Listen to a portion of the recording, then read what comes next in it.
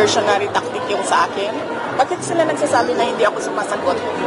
Lahat ng pinadala nila na AOM, Audit Observation Memorandum, sa kanila naman galing yun, hindi naman sa COA yun, wala namang independence ang COA ngayon.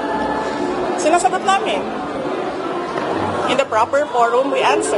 May cases sila sa Supreme Court, sinasagot namin.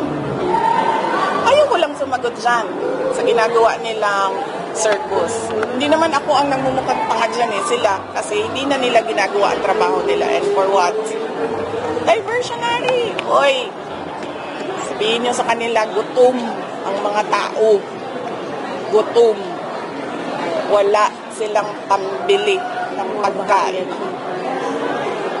If you were to advise the President, kasi mukhang may intention siya tumaten ako, ano bang advice ni Vice President kay PRRD? Kasi he was invited and at first he signified his intent to attend.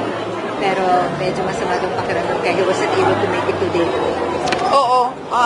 Will you encourage or even, allow him to attend at the platform? Ako, ang stand ko personally, tulad ng ginagawa ko, uma-attend ako at sinasabihan ko sila kung ano yung nasa isip ko. Yan yung stand ko. I don't know with President Duterte. Mamang sinasabi nila, may mga nagsasabi hindi mo talaga makasama na itong hindi magandang relasyon ng President, Vice President. Wala na po talagang pag-asa. You still have 4 years more, ma'am. Alam mo, I agree with that. Totoo talaga yan. Hindi maganda ang nangyayari ngayon kasi ang nangyayari ngayon, puro na lang tayong politika. Ulit-ulit ko sinabi. Nandun pa ako sa kabinete. Noon, sinabi ko na yan. Hindi ako ang problema. Bakit ginagawa ninyong ako ang problema ng bayan? Hindi ako. Imagine, saan ka nakahanap ng mga public officials so shocked about me talking about the debt. Pero walang na-shock na there's a foreigner kidnapping in the Philippines right now. And there are daylight robberies na hindi natatakot ang mga kriminal. Papasok na labas. Tapos, magkakagawa kami ng krimen. Walang na-shock. So, bakit kaya? Ako, na-shock ako. I am from Mindanao. Gulat ako. Sabi ko, this is bad. But going back, ma'am, may pag-asa pa ba? Opo, yes, ma'am. Na magkaayos Ayusin tayo 4 years ago. Meron pa bang pag-asa? Na magkaayos kami, magkaayos kami nilang lahat. Sige, mag-sorry sila doon sa pamilya nung namatay sa Davao City during the kaguluhan sa loob ng Kingdom of Jesus Christ. May namatay doon. Sorry sila sa pamilya doon. Mag-sorry sila sa lahat ng tinir gas nila, pinukpok nila at binugbog nila sa Tamayong at sa KOJC. Mag-sorry sila sa lahat ng hindi nakakatulog ngayon kasi pinapatawag nila paulit-ulit dyan sa House of Representatives. Hindi lang sorry na, oh, sorry Hindi. Pangalanan nyo lahat, sorry kayo sa kanila. Pag-isipan ko, kung papatawarin ko kayo, pag-isipan ko pa lang yun. Ma'am, Yes, question. kayo ni PDM. Kelly Momborajo. Pinatawan ng EFP ng parusa yung pagdating ng Pilipinas dahil hindi raw ito karaniwang ginagawa at hindi raw Oo.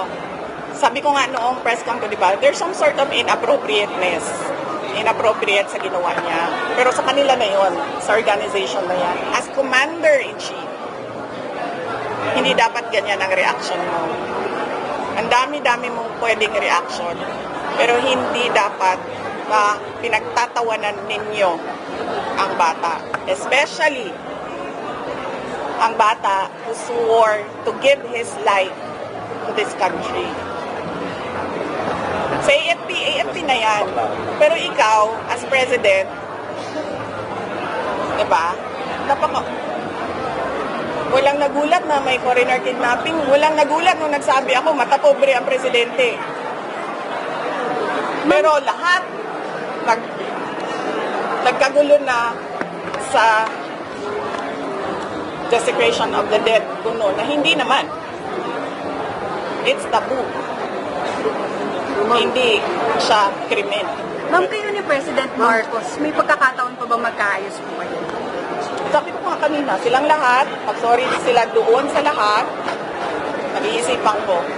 Ma'am, actually sa press con, halata ang galit, ang tutugin kayo at inipin. Bukod sa binanggit nyo na nag-umpisa ng toxic ng relationship with them during that graduation, anong pinanghugutan ng galit na nabigay kayo? Siya ang Pangulo, hindi niya kontrolado ang lahat ng tao sa gobyerno at yung bansa. Kung ako ba Pangulo, sasabihin ko na, magtrabaho na tayo lahat. Ilan na lang? Ilang years na lang? 4 years na lang? 4 years is a short time for a president. Ma'am, do you honestly believe na he knows everything? He is in control of everything that's happening? All those hearings. I cannot speculate on his soundness of mind.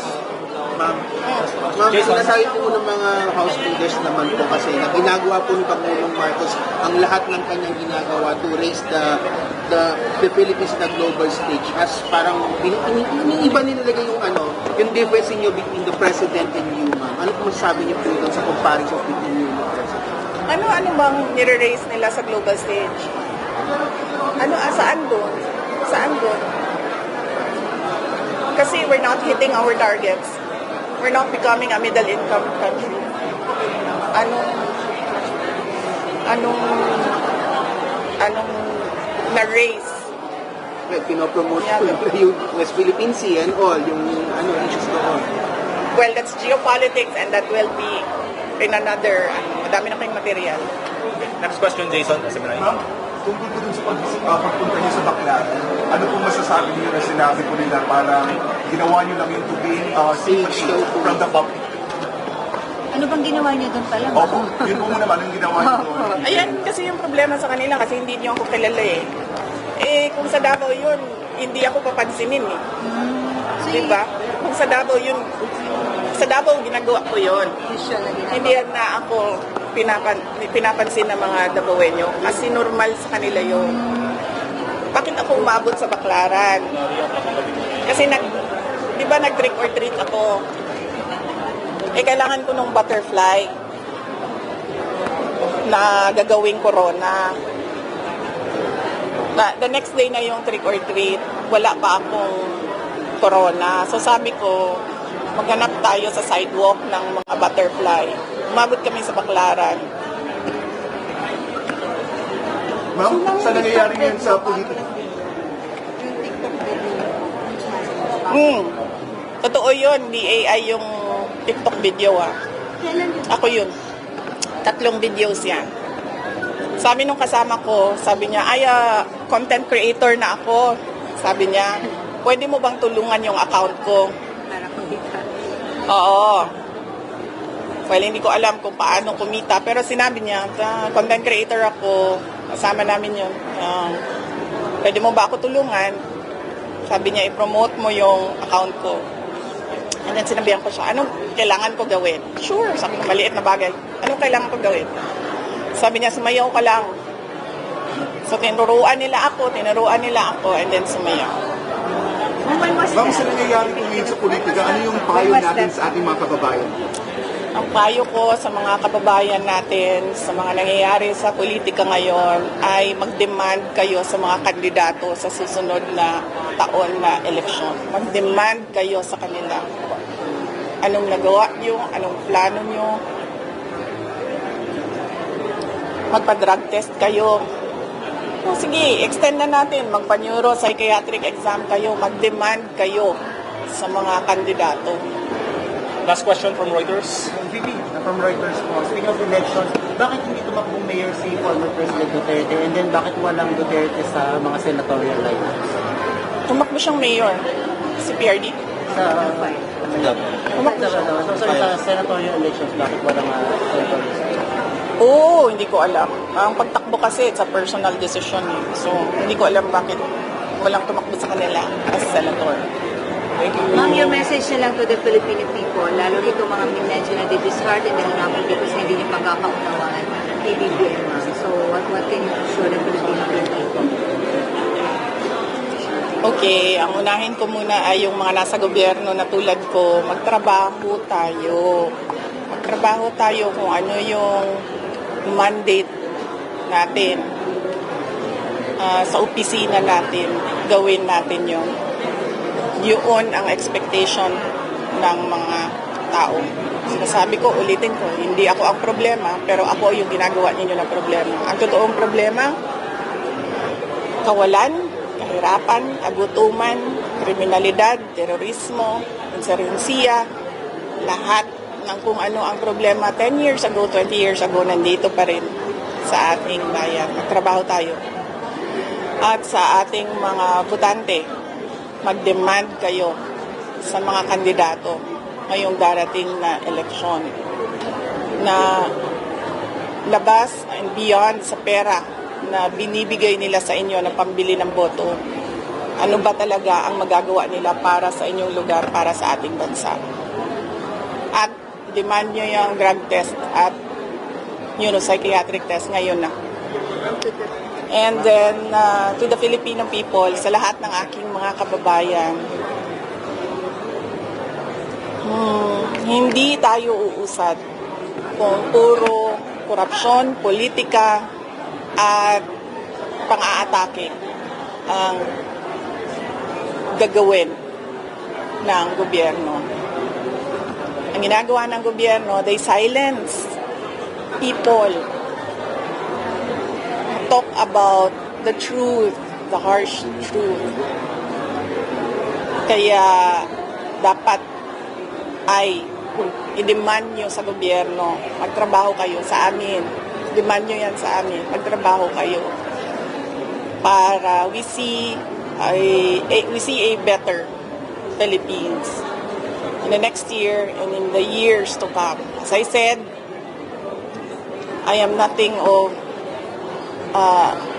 unstable, unbecoming, unsound mind.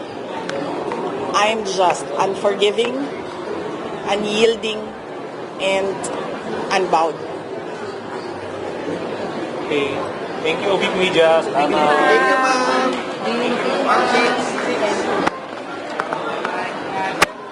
Bye-bye, Mike. Bye-bye, Mike.